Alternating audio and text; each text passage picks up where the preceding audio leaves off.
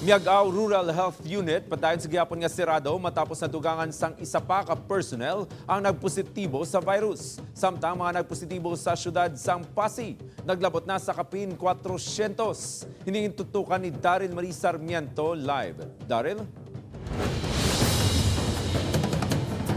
Said, subong kuntani nga adlaw magaresume ang operation sa RHU sa Banwa sang Miag-aw apang tungod sa pila ka mga delay nagapadayon nga naka-lockdown ang RHU.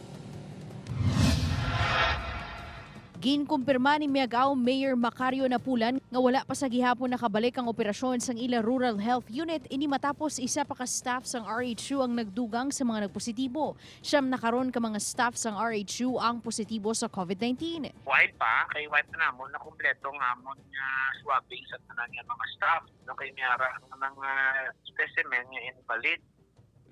So we are just waiting for the release of the remaining results. Suno sa alkalde, posible buwas na makabalik ang operasyon sa RHU. Hopefully, makagawa ng result sa remaining mga staff sa ilang swab test. Samtang apat naman ka miyembro sang Miag-aw MDRRMO ang nagpositibo sa COVID-19, naka-isolate na ang mga ini.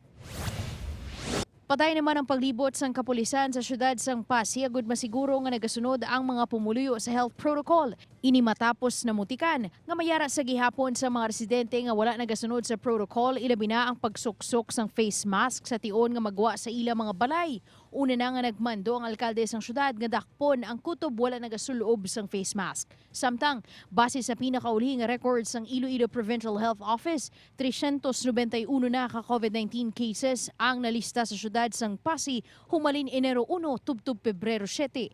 Yara sa gihapon sa ECQ ang syudad.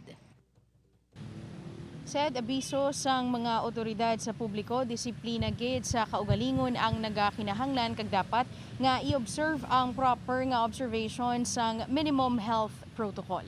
Said, Daryl, subong nga sirado ang Rural Health Unit sa Miag-aw. Paano na lang ang mga serbisyo nga ilang ginatanyag o ginahatag sa publiko? Sino ang nag-ubra sini?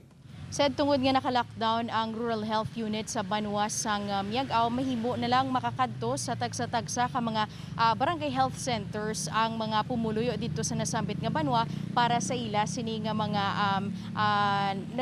kinahanglan sang atensyon medikal. Said, Madamang salamat, Daryl Marie Sarmiento.